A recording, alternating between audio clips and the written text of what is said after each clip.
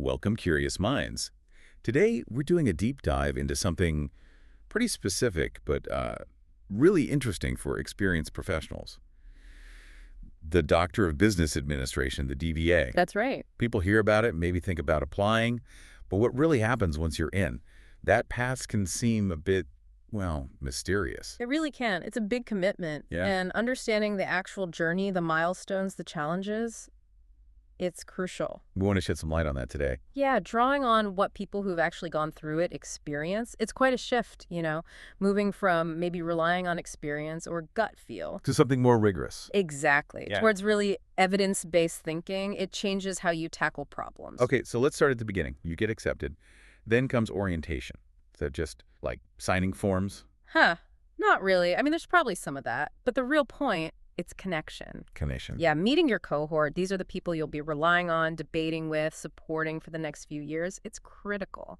And meeting the faculty, too, your guides. Right, setting the stage. And then the first year properly kicks off. What's the focus there? Oh, it's a big pivot. You dive headfirst into research methodologies, quantitative analysis. So statistics and research design.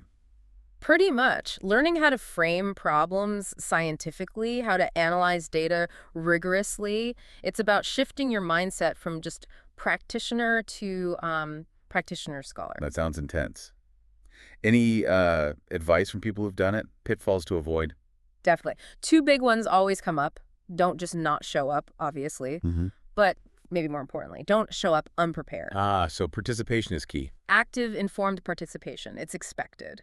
And it really changes how you learn compared to maybe a master's program. Which brings up grading. If it's so discussion-based, how does that work? Is it typical exams? That's where it gets really interesting. It's often quite subjective. Think more like an apprenticeship. An apprenticeship. Yeah. Your performance in discussions, the quality of your questions, your insights, and eventually the strength of your research ideas, your proposals. That's what matters. So less about memorizing, more about demonstrating critical thinking. Exactly. And you have to be ready for feedback, sometimes pretty direct feedback. It's part of the process, that tough love to make you a better scholar. Okay, so you navigate that first year.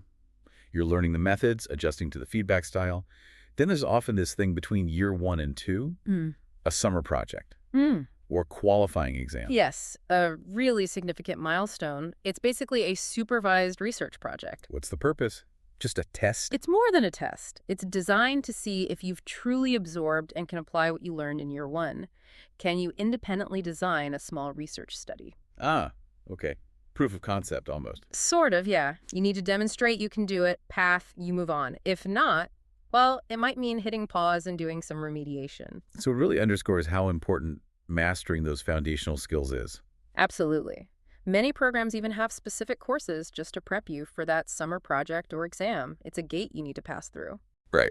Assuming you clear that hurdle, and the goal is definitely to clear it, what happens in year 2? Year 2 builds on year 1.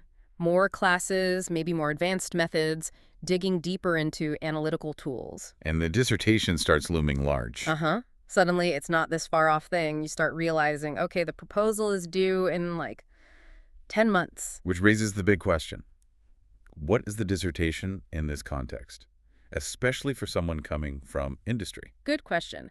Think of it as your major supervised research contribution. You become the expert on a specific topic you choose. Your own topic. Yes, often building on that summer project or maybe exploring something new that you're passionate about, something relevant to your field. The program helps you shape it, develop a solid proposal that your committee approves. So the famous dissertation. Is it as terrifying as people make it out to be? Look, if you've gotten this far, you can absolutely do it. Is it a ton of work? Yes. Okay. But it's not something to fear in that sense. It's like that summer project, just bigger, more complex. On steroids, maybe? Yeah, kind of. But crucially, you have a lot of support. Your dissertation chair, your committee members, they guide you. But the responsibility shifts. Totally. You are driving it. You make the decisions, do the analysis, write it up. You're proving you've earned the title doctor by making an original contribution. So wrapping this up then, it's a really transformative journey, from orientation to defending that final dissertation. It is. Rigorous, challenging, but ultimately designed to turn experienced professionals into these practitioner scholars. Armed with serious research skills to tackle complex problems. Precisely. And while every program has its own nuances, understanding these core stages, the methods focus, the qualifying project, the dissertation process gives you a solid map. So for anyone listening who's considering this path, Maybe the big question isn't just, can I do it? But what important real-world problem am I uniquely positioned to investigate and maybe even solve using this level of scholarly expertise? That's the real potential, isn't it?